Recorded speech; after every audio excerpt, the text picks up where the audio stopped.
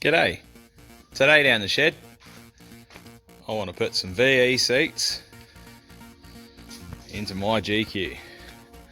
Now I've already got some Commodore seats in there, VX ones, with not the best homemade brackets, but we'll rectify that. Come along for a ride. Look in the kit that I got from Hurricane Fabrication, obviously instructions, and some bips and bops. Bottle opener, righto, cool. Let's open it up, see what we've got. So there we have it, a couple of rails, and what comes in this pack here, it's a couple of blanking plugs, tubes, presume spacers, a couple of other spacers and bolts. I'll go through the instructions and yeah, see where we go. There we have it, seats are out. It's amazing what you find under it. We'll give that a clean out before I put the new ones in. But yeah, bit of difference. Let's get stuck into it. Now, got the seats all out. I've banged the driver's sides there, passenger side there. Next lot of instructions is to demount the seat rail off each one. We need the GQ rails, so we've got to save them and we'll get rid of the Commodore ones. Moving the seat rails off the old Commodore seats, just 4 13mm nuts, one in each corner. Zip them, oh where is it? Down here somewhere. Zip them off. That'll come straight off. Wiring for the seat, airbags, I just chopped it. Now I didn't have GQ seats in here at the time, but from memory I think it was the 4 bolts that hold the seat base down. Yeah, but basically this is what you need, the seat rails. We're on the passenger side, so we'll get stuck into it. Stage we're up to is installing these spacers. Need to put 4 on.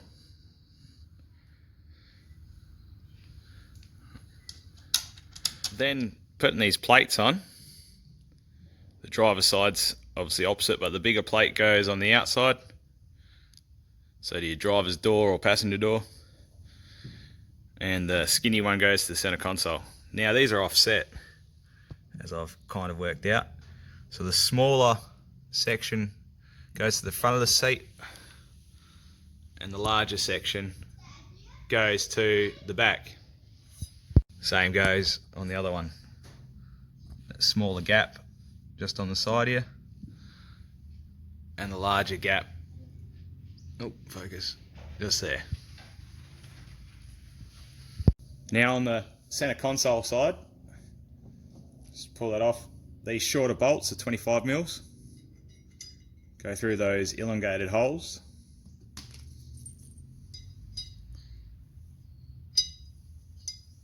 Then back down. Then I put the original Commodore nuts back on to the seat. So that's the center console side. Now they're only finger tight for now, until we work it out and do a bit of a dummy fit.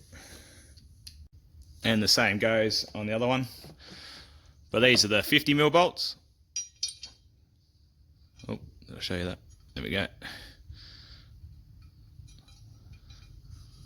So bang that back on. Now there's some rectangle spacers to go on, but what it's saying in the instructions is to fit these 4 small spacers again, so 1 on each bolt. Now with these rectangle spacers, you've got to put the crush like tube in, obviously line it up with the hole.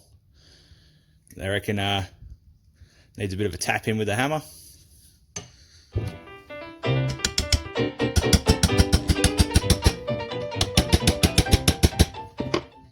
Just till it lines up. The bolt goes a bit more of an adjustment on that one, but then put the plastic inserts into each end.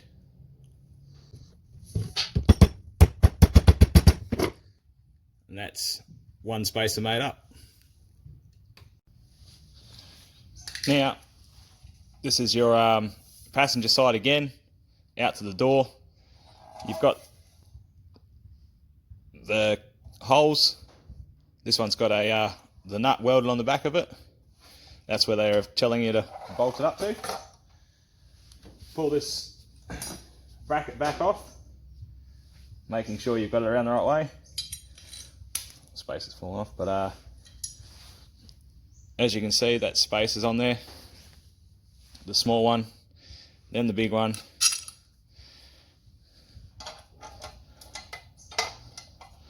Screw that into place.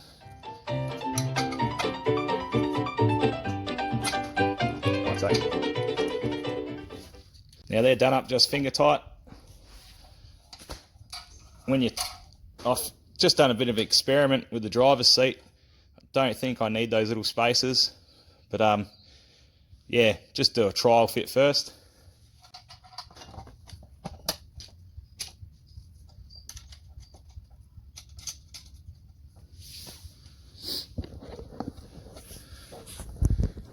There you have it. That's the outer passenger side rail on that on.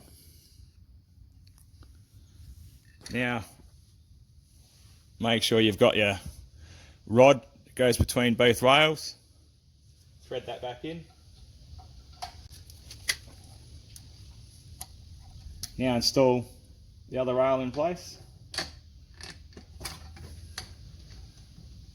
Have the spacer on there? Yep, spacer on there. And then you've got these locking nuts to install. Where's the camera? See what I'm talking about there?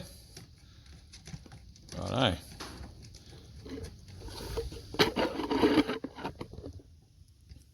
Just move that seat rail back up, put the other nut on.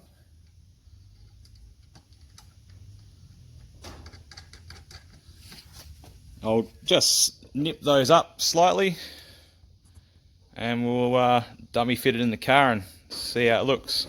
So with a bit of a dummy fit to see how it's going, it's not looking too bad. So that's just loosely bolted in. A few more adjustments and I think she'll be right. I'll have to work on that driver's side a bit more. So hopefully you can see what I'm talking about. Seems like it's leaning in just a little bit. So I'll just pull out those two small spaces on the offside, see what it looks like. Right, so I'm just going to take those two small spaces out, up in here, down here, and then we'll trial it again.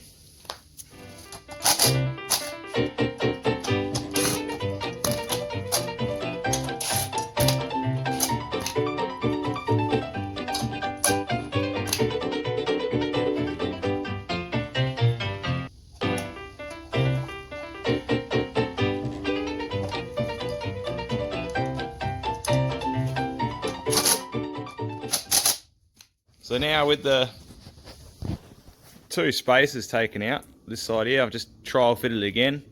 Seems to be pretty level. The next little drama I've got is when you bolt this seat rail down, you see what I mean? There's not enough clearance.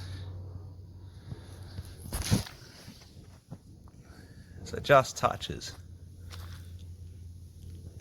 If you can see what I'm talking about there. So I might give that a little bit of a persuasion with the grinder. Just take that corner off, see what happens. But otherwise they fit up nice and square. With a little bit of a trim, fits a bit better now. I've got a bit more movement. So I'm just going to leave them loose till we've got it in the car. We'll pull that side trim off, which basically you pull that knob off and then this section just slides back or forth, I can't remember, and then it pulls out. put it in the car and we'll tighten it up when it's all in place.